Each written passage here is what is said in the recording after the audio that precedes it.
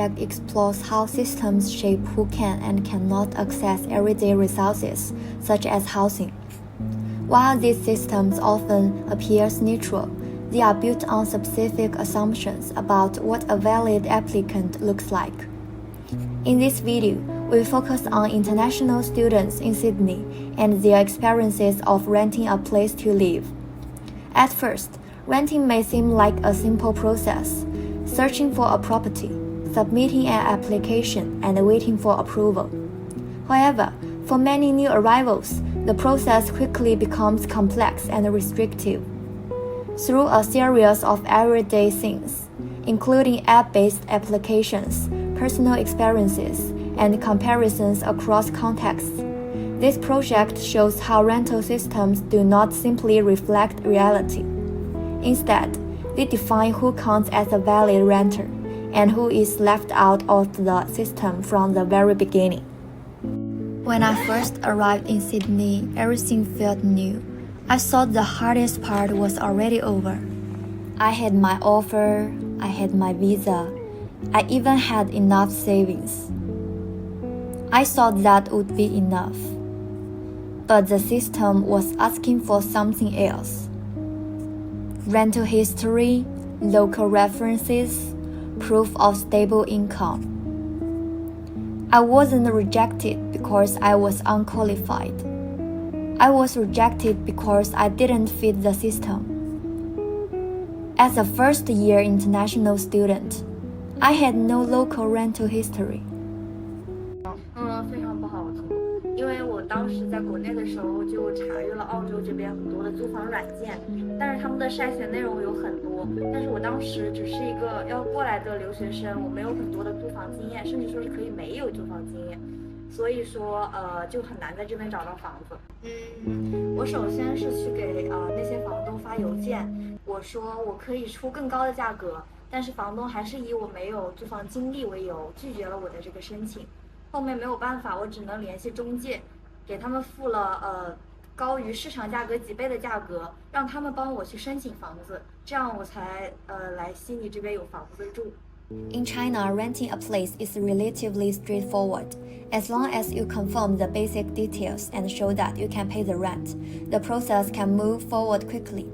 In contrast, renting in Sydney involves a much more complex system.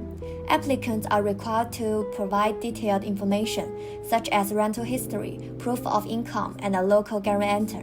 These requirements are not just about whether you can afford the rent, but whether you fit into the system's predefined criteria. As a result, many international students are pushed to rely on local agents or alternative channels to find housing. These options often come with much higher costs, offering less value compared to what local renters can access through the standard system. This creates an unequal situation. Local tenants can rent through the system at normal prices, while international students have to pay a premium just to be considered. The problem is not simply cost, but the conditions of access shaped by the system itself. The system says you are incomplete, but what is truly lacking? It's neither effort nor money. Rather, it is the recognition of local identity.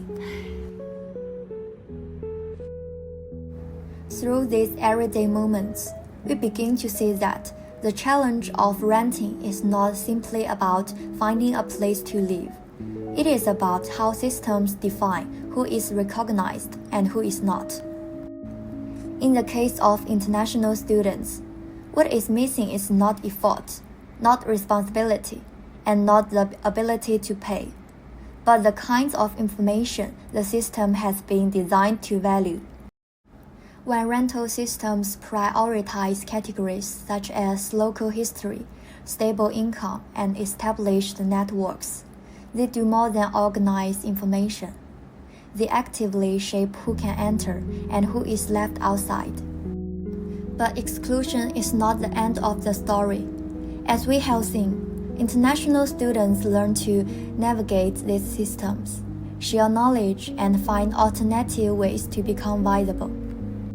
This reminds us that systems are not neutral. They reflect particular ways of seeing the world, and in doing so, they can make some people visible and others invisible. Perhaps the issue is not that some people do not belong. Perhaps the issue is that the system has not been designed to recognize them.